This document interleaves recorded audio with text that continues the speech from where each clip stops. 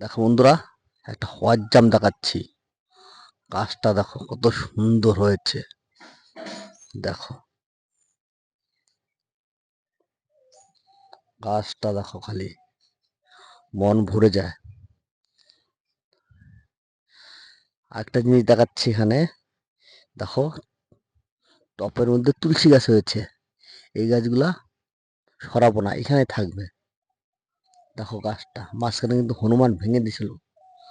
গাছটা দেখো, এখান দিয়ে ভেঙে দিছিল হনুমান। এত সুন্দর গাছটা কিরম হয়েছে খালি বলো।